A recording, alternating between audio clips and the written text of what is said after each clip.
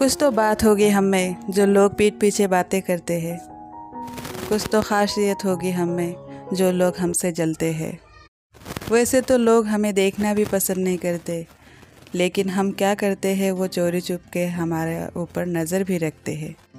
हमारी आवाज़ भी सुनना लोगों को गवारा नहीं, लेकिन हम क्या बात करते हैं कानों में दीवार लगा के वो सुनते रहते हैं। एक बात याद रखना दोस्तों, जिसका कोई नहीं होता उसका रब होता है, और जिसका रब होता है उसका सब होता है। हमें तो अपनों ने लूटा, गैरों में कहाँ दम था। मेरी कश्ती वही डूबी जहाँ पानी कम था। अस्सलामुअलैकुम माय यूट्यूब फैमिली, आप सब कैसे हो? उम्मीद है कि आप सब ठीक होंगे अल्लाह के रहमो करम से, और आप लोगों की दुआओं की वजह से अल्हम्दुलिल्लाह मैं भी बिल्कुल ठीक हूँ। बहुत होगी शेर व शायरी, अभी मेन मुद्दे पे आते हैं। तो ये सब थोड़ी सी मेरी दिल की बातें थी जो मैंने आप लोगों से शेर व शायरी की तरह ही शेयर किया है। आजकल ऐसा हो रहा है कि जो भी ऐसे शॉर्ट्स आते हैं ना, सैड शॉर्ट्स या सॉन्ग हो, कुछ भी हो, मेरी ज़िंदगी से मिल जाते हैं। तो ऐसा फील होता है कि यह सब मेरी ज़िंदगी का ही हिस्सा है। तो आज मैं बैठे बैठे सुबह कुछ ऐसे रील्स देख रही थी, तब वहाँ पे सिर्फ यही आ रहे थे, कल मेरे लाइफ में कुछ हुआ प्रॉब्लम मेरे हस्बैंड के साथ। और जब भी ऐसा होता है ना, घर में कुछ भी प्रॉब्लम हो, कोई नोक झोंक हो, झगड़ा हो, हस्बैंड के साथ कोई बात हो जाए, तो इसके बाद ना जब आप मोबाइल हाथ में लेते हो ना, तो जो भी आपके दिल में दुख होता है, बात होती है, जो भी होता है ना, वो पता नहीं कहाँ से रील में आने लगती है। और हम बोलते हैं हाँ सेम, यही है मेरी ज़िंदगी, इस तरह से ही हो रहा है। तो सब आप ना खुद ही फील करने लगते हो। तो ये बात पता नहीं कैसे मैच हो जाती है, मोबाइल को कैसे पता चल जाता है कि आपके लाइफ में क्या हो रहा है, और वो लोग आपको वही दिखाते हैं। तो आजकल तो सुनने में आ रहा है कि मोबाइल आपकी बातें सुनता है। आप जो भी बोलते हो, या फ़ोन में जो भी बात करते हो, या आप ऑनलाइन क्या सर्च कर रहे हो, क्या ऑर्डर कर रहे हो, यूट्यूब में क्या देख रहे हो, तो वही आपको दिखाते हैं जो आप देखना चाहते हो। तो आजकल तो भाई डर ही लगने लगा है। और जो एआई का ज़माना आ गया है, क्या सच है क्या झूठ है पता नहीं चलता है। वैसे ही हमारे लाइफ में भी ऐसे ही है, हमारे घर का सिचुएशन भी ऐसा ही है। लोगों को अगर कुछ बताएंगे ना, तो लोग भी कंफ्यूज हो जाएंगे कि कौन सच बोल रहा है, कौन झूठ बोल रहा है। ये भी खुदा का कसम खा रही है, वो भी खुदा का कसम खा रही है। तो हम ना कंफ्यूज हो जाते हैं। हम दुख बताए तो कहाँ बताए, और चुप रहे तो कैसे रहे।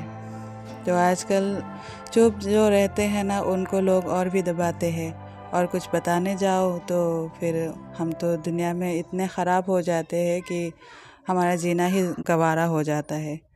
तो कुछ भी अगर मैं शेयर करती हूँ तो उसको तेल मसाला लगा के लोगों को सुनाया जाता है।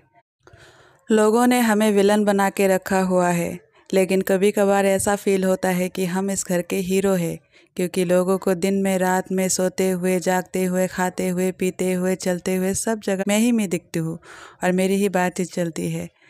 तो मैं कैसे चलती हूँ, मैं कहाँ जाती हूँ, मैं कैसे खाती हूँ, मैं क्या खाती हूँ, मैं क्या पहनती हूँ, मैं क्या ख़रीदती हूँ, मैं कैसे घर को रखती हूँ, मैं काम करती हूँ नहीं करती हूँ, मैं साफ़ सफाई रखती हूँ, मैं सारा दिन यही करती हूँ कि मैं कैसे मेरा गार्डन को क्लीन रखूँ, मैं कैसे अपने घर को क्लीन रखूँ, मैं बच्चों को देखूँ, ये सब करती हूँ। तो इनमें भी लोगों को इतना जलन होता है, पता नहीं क्यों।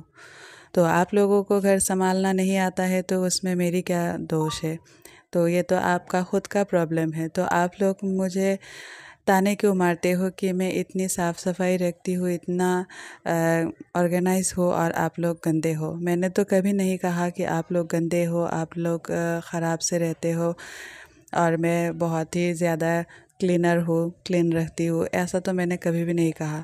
आपको अगर रखना है साफ़ सुथरा घर तो आप रखो, नहीं रखना है तो ना रखो। ये आपका ख़ुद का ज़िंदगी है, आपका घर है। आप मुझे क्यों ताने मारते हो कि मैं सारा दिन घर साफ़ करती हूँ?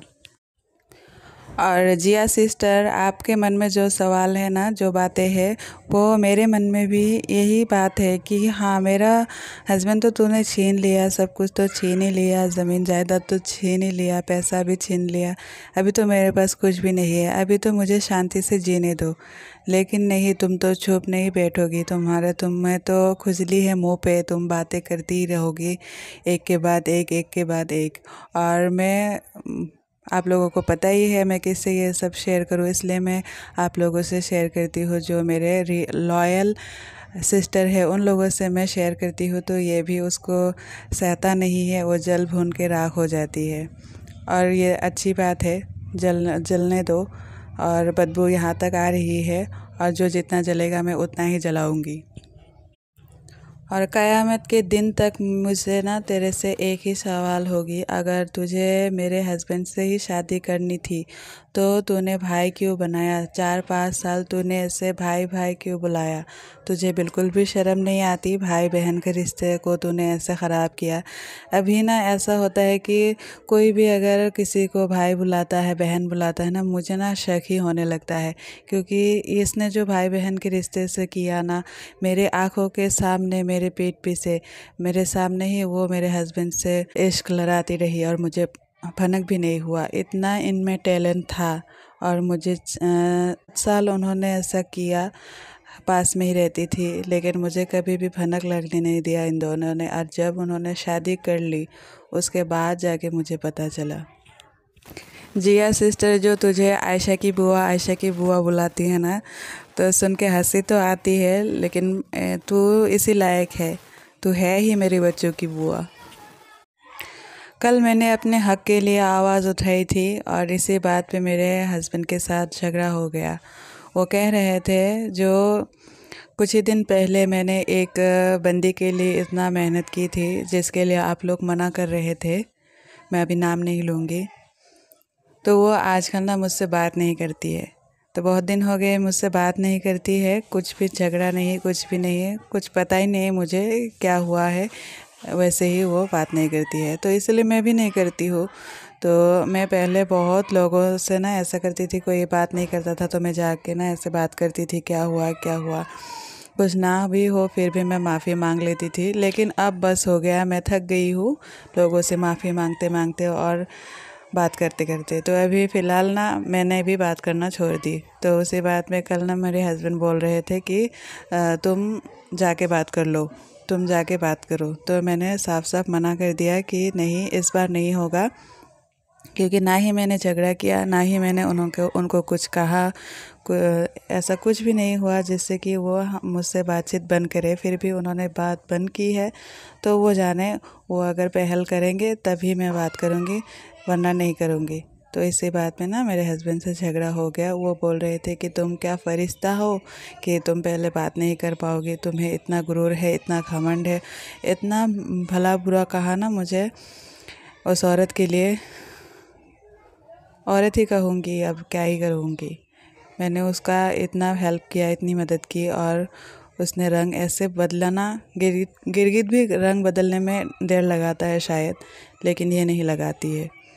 तो उसकी वजह से मेरे हस्बैंड से मेरा झगड़ा हो गया। उन्होंने मुझसे इतना बुरा बिहेव किया। तो इसके बाद मैं उस औरत को और क्या ही मैं अच्छा बोलूँगी और क्या ही बताऊँगी उसके बारे में, कुछ नहीं बोलना है मुझे। तो यही थी आज मेरे दिल की बात, जो मैंने खुल के आप लोगों से की।